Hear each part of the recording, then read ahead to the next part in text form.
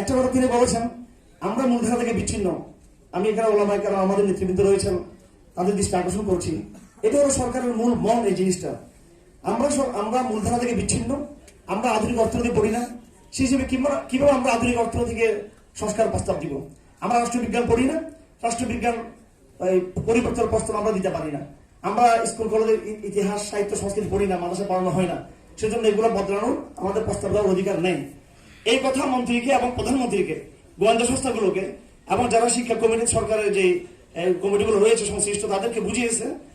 তারাই বলেছেন কিছু নাস্তিক, বিশেষ করে এনজিওরা, এমনকি আলিয়া মাদ্রাসার সাথে সংশ্লিষ্ট কিছু নেতৃবৃন্দ তাদেরকে কথা বুঝিয়েছেন যে কমিটির কোনো অধিকার নেই শিক্ষা নিয়ে কথা বলার জন্য।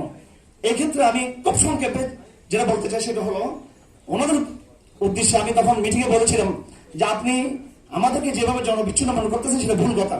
কারণ যদিও আমাদের সিলেবাসে আধুনিক এই বইগুলো নেই, কিন্তু ব্যাপকভাবে আমরা ওয়াজ মাহফিলের মাধ্যমে, সেমিনারের মাধ্যমে, সিম্পোজিয়ামের মাধ্যমে আমাদের ব্যাপক গণসম্পৃক্ততা রয়েছে।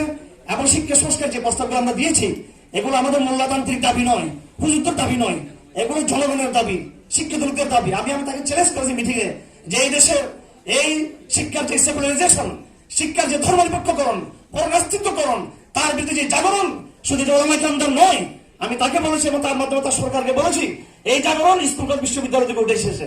আমাদেরকে যেটা করতে হবে, প্রথমত হেফাজত ইসলামকে এমন এক জাগরণ সূচনা করতে হবে। প্রতিটি স্কুলে, কলেজে, বিশ্ববিদ্যালয়ে দাওয়াত তাওহীদের, মিল্লাতে ইব্রাহিমের আমাদের গর্জন শুরু করতে হবে, যার মাধ্যমে একদিন স্কুল কলেজ ছেলেরা বলবে, কলেজ ছেলেরা বলবে, বিশ্ববিদ্যালয় ছেলেরা বলবে, প্রিয় শিক্ষক, আমরা এই সিলেবাস মানতে চাই না, আমরা নতুন এক সিলেবাস চাই, তাওহীদ ভিত্তিক সিলেবাস, যেখানে বিজ্ঞানের সাথে তাওহীদের সমন্বয় থাকবে, রাষ্ট্রবিজ্ঞানের সাথে তাওহীদের সমন্বয় থাকবে এবং অর্থনীতির সাথে তাওহীদের সমন্বয় থাকবে। এই দাবি নিয়ে যখন কলেজ বিশ্ববিদ্যালয়ের যখন জাগরণ উঠবে, তারা যখন আধুনিক শিক্ষাকে প্রত্যাখ্যান করবে, তখন টিচাররা বাধ্য হবে সরকারকে বলার জন্য যে আমরা এখন এই অবস্থায় নাই যে সেকুলার শিক্ষাকে আমরা ছেলেদেরকে পড়াবো।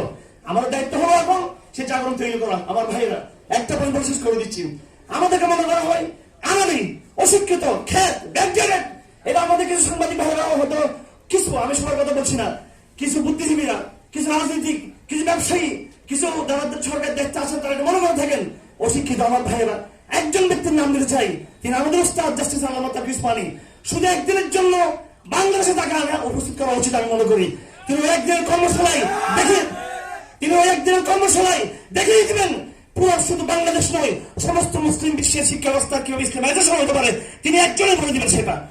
তিনি মোল্লা, তিনি আলেম, তিনি মুফতি, তিনি পাকিস্তান সরকার সহ মালয়েশিয়ার, ইন্দোনেশিয়ার, অনেক আরব রাষ্ট্রের পুরো শিক্ষা ব্যবস্থাকে তিনি পরিবর্তন করেছেন, ভূমিকা রেখেছেন। হয়তো তাত্ত্বিকভাবে করেছেন, অনেক জায়গায় সফল হতে পারেননি, কিন্তু কমপ্লিট তাদের কাছে প্রপোজাল রয়েছে। আমি রাষ্ট্রপতি উদ্দেশ্য বলতে চাই, আমাদের কাছে প্রপোজাল আছে। আমি এইভাবে কিছু আমাদের ভাই রয়েছেন, ডক্টর মাহাদি, শিক্ষক উপকমিটি রয়েছেন, আমাদের হেফাজত ইসলামে মাহাতাব ভাই রয়েছেন, অনেক বিদ্বান ব্যক্তি রয়েছেন যারা সক্ষম একটা নতুন ইসলামাইজেশন তারা করতে পারেন। এবং আমাদের মধ্যে বিশেষ করে ওলামায়ে কেরাম, আমরা হীনমন্যতার শিকার। আমরা মনে করি আমাদের একেবারে কিছু বলে নাই। আমি মাননীয় শিক্ষামন্ত্রী যার সাথে আমার দেখা হয়েছিল, তাকে আমি বলতে চাই অবশ্যই তালিমুল ইসলামকে প্রাইমারি লেভেলে বাধ্য করতে হবে। এবং এছাড়া আমরা ওলামায়ে কেরাম বুঝি না যে তালিমুল ইসলামটা কি কিতাব।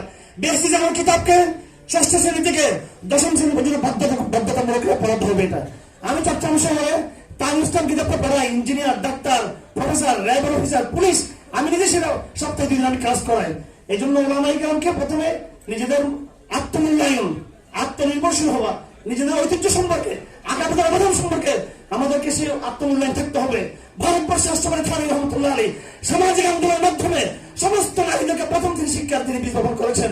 এবং আধুনিক ভাইয়ের মনে রাখবেন, যারা বুদ্ধিজীবী রয়েছেন, সরকার যারা রয়েছেন, যারা মনে করেন আমরা খ্যাত, আমরা অশিক্ষিত, এই ক্যামব্রিজ ইউনিভার্সিটি এবং অক্সফোর্ড, এই হার্ভার্ড বিশ্ববিদ্যালয়, প্রত্যেকটা বিশ্ববিদ্যালয় জন্ম হয়েছিল গির্জা থেকে। এবং মানব ইতিহাসটা কি হয়েছে, পৃথিবীর ইতিহাসে এই আধুনিক শিক্ষার বয়স মাত্র 300 বছর বেশি নয়, সেকুলারিজমের বয়স 150 বছর বেশি নয়। তার আগে মানব জাতি 1000 বছর পর্যন্ত হয়তো গির্জা থেকে, না হয় মসজিদ থেকে, না হয় প্যারাগুয়া থেকে, ধর্মীয় প্রতিষ্ঠান থেকে তারা শিক্ষা গ্রহণ করেছে। আমাদের পূর্বপুরুষ ধর্ম শিক্ষার মাধ্যমে শিক্ষিত হয়েছিল। আজকে আমরা এসে হঠাৎ করে আমরা এই কেমব্রিজের নাম ভাগিয়ে আমরা কথা বলি, ঢাকা বিশ্ববিদ্যালয়কে বলি প্রাচ্যের অক্সফোর্ড, সে অক্সফোর্ড ইতিহাস ছিল এই গির্জার সাথে যুক্ত, ধর্মের সাথে যুক্ত, বাইবেলের সাথে যুক্ত, ইঞ্জিনের সাথে যুক্ত।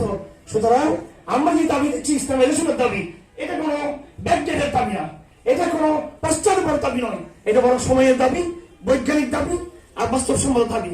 এ কথা আমাদের সকলকে বোঝাতে দান করুন।